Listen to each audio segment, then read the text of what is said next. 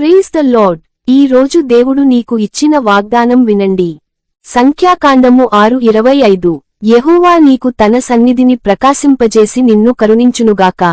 దేవుని సన్నిధి మన జీవితానికి వెలుగు, మన అంధకారంలో ప్రకాశమయ్యే ఆశ. వాక్యం చెబుతుంది, యెహోవా తన సన్నిధిని నీ మీద ప్రకాశింపజేసి నిన్ను కరుణించునుగాక.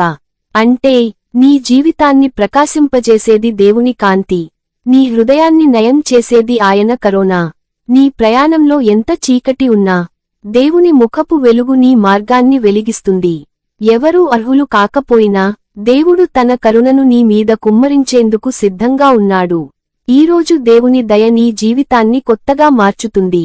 యెహోవా, నీ ప్రకాశమైన సన్నిధి మా జీవితంపై ఉండుగాక. మా మీద నీ కరుణను ప్రవహింపజేసి మా హృదయానికి శాంతి, మా మార్గాలకు వెలుగు దయచేయుము.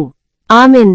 లైక్ చేయండి, షేర్ చేయండి, మరియు ఇలాంటి దేవుని వాక్య సందేశాల కోసం మా ఛానెల్ను సబ్స్క్రైబ్ చేయండి.